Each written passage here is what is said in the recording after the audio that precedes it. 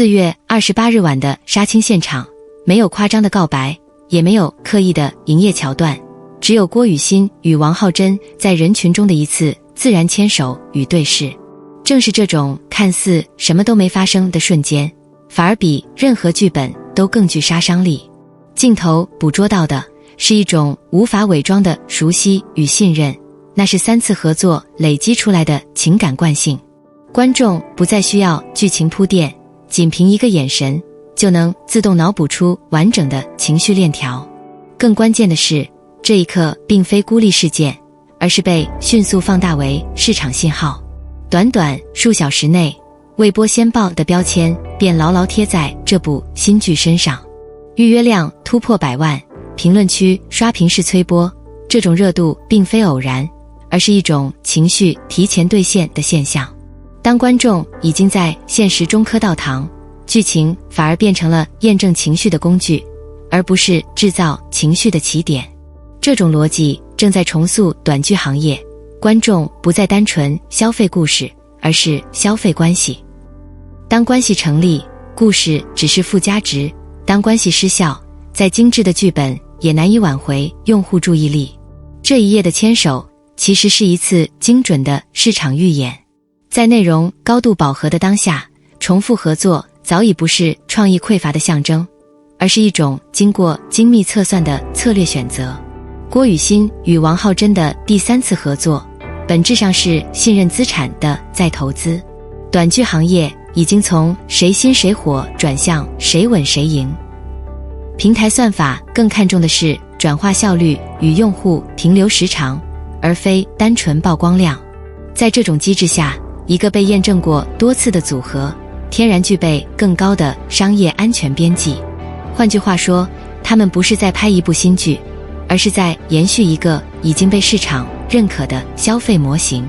更有意思的是，两人的受众结构呈现出高度互补。郭雨欣深耕女性情感共鸣，擅长建立细腻的心理连接；王浩真则依靠人设反差吸引泛娱乐用户，具备更强的破圈能力。当这两种流量结构叠加，形成的是一种跨层级传播的可能性，既能稳住核心用户，又能不断吸纳新观众。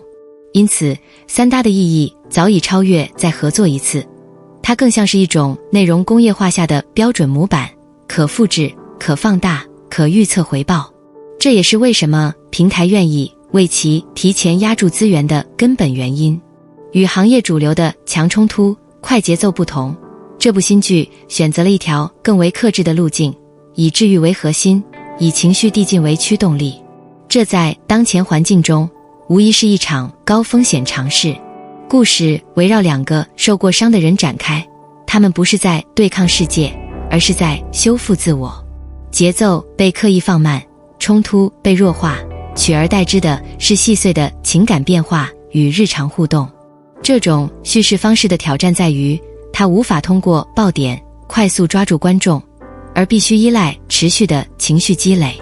郭雨欣饰演的单亲母亲，不再是传统意义上的坚强符号，而是一个真实有裂痕的人。她的成长不是逆袭，而是逐渐学会与生活和解。王浩真的角色同样内敛，他的情感表达更多体现在细节之中，而非直接宣泄。这种组合带来的是一种更接近现实的观看体验，但问题也随之而来。当观众习惯了即时爽感，是否还愿意为慢情绪买单？答案并不确定，但一旦成功，它所带来的用户粘性与复看价值将远远超过快餐式内容。预约破100万看似辉煌，但真正的考验才刚刚开始。短剧市场的竞争早已从首日爆发转向持续留存。一部作品能否成功，不取决于开局有多高，而取决于中后期是否稳住。当前行业的一个关键指标是完播率。如果观众在中途流失，再高的初始热度也会迅速归零。尤其是治愈类作品，其节奏本就偏慢，一旦前几集未能建立情感连接，很容易被用户放弃。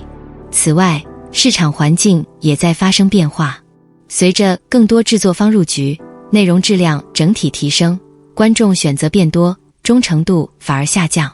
过去依靠单一爆点就能支撑播放量的时代正在逐渐结束。因此，这部剧真正需要面对的不是如何更火，而是如何更稳。只有当口碑与数据形成正循环，才能真正延长其生命周期。在光鲜的数据背后，两位演员都面临着同一个问题：如何跳出既有标签。郭雨欣凭借短剧迅速崛起，但也因此被固定在特定类型中。他尝试通过长剧角色拓展边界，希望证明自己不仅能承载快节奏内容，也能驾驭复杂叙事。他对角色的深入准备，实际上是在为未来争取更多可能性。王浩真同样如此，他不断在角色细节上打磨，希望提升表演厚度，让作品超越短剧的限制。但现实是，行业对短剧演员的评价体系仍然存在天花板，即使表现出色，也未必能获得同等规模的资源升级。因此，这次合作不仅是一次内容尝试，更是一场职业布局。他们在稳住当前优势的同时，也在为下一阶段积累筹码。成功与否将直接影响他们未来的发展路径。这部作品诞生的时间点，正处于微短剧行业由野蛮扩张向理性深耕转型的关键节点。过去几年，短剧依靠高速增长红利迅速占领用户时间，但当流量红利逐渐见顶，观众的新鲜感被不断消耗，行业也不得不直面一个现实：数量不再等于价值，速度也不再等于胜利。于是，内容开始从拼多转向拼精，从简单的情绪刺激转向更深层的情感共鸣与价值表达。只有精品内容，才有可能在信息过载的洪流中被记住、被讨论，甚至被反复回看。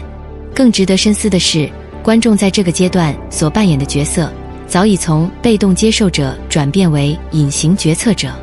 每一次点击、停留、点赞与分享，背后其实都是一次对内容价值的投票。如果市场持续奖励那些节奏极快、情绪极端、套路明确的作品，那么创作者必然会在效率与回报的驱动下不断复制这一模式，最终形成内容同质化的闭环。但反过来讲，只要有一部分观众愿意为细腻叙事、真实情感和人物成长买单，哪怕节奏更慢，表达更克制，这种逆潮流的选择也会逐渐累积成改变行业走向的力量。正因如此，这部剧的意义早已超越作品本身，它更像是一道摆在整个行业面前的开放性命题。在流量与质量之间，在短期刺激与长期价值之间，究竟该如何取舍？它在考验创作者是否有勇气跳出舒适区，也在考验观众是否愿意给予耐心与信任。当市场不再只追逐即时爽感，而开始珍视情感余温，或许才是短剧真正走向成熟的开始。感谢你耐心看到这里。如果说一部作品的命运不仅掌握在演员与制作团队手中，那么观众的每一次停留、每一次互动，其实都在悄然改写这个行业的运行逻辑。你的一次点击，也许只是短短几秒的选择，但当无数个几秒叠加，就会变成决定内容生态走向的巨大力量。你留下的一条评论，也许只是情绪的表达，却可能成为平台算法判断价值的重要依据。换句话说，观众从来都不是被动的接受者，而是这个时代内容浪潮中最关键的共创者。所以，我想把这个问题再问得更深一点，在这个被速度裹挟的娱乐时代，你究竟是在追逐情绪的瞬间爆发，还是在寻找能够沉淀内心的长久共鸣？那些让人迅速上头的作品，确实能在短时间内带来强烈刺激，但它们是否也在加速我们的情绪消耗，让我们越来越难被真正打动？而那些节奏缓慢、需要耐心去体会的故事，或许不会在第一时间抓住所有人的注意，却可能在不知不觉中留下更深的印记，甚至在某个时刻回过头来，依然能触动你最柔软的部分。你的选择其实不只是偏好问题，更像是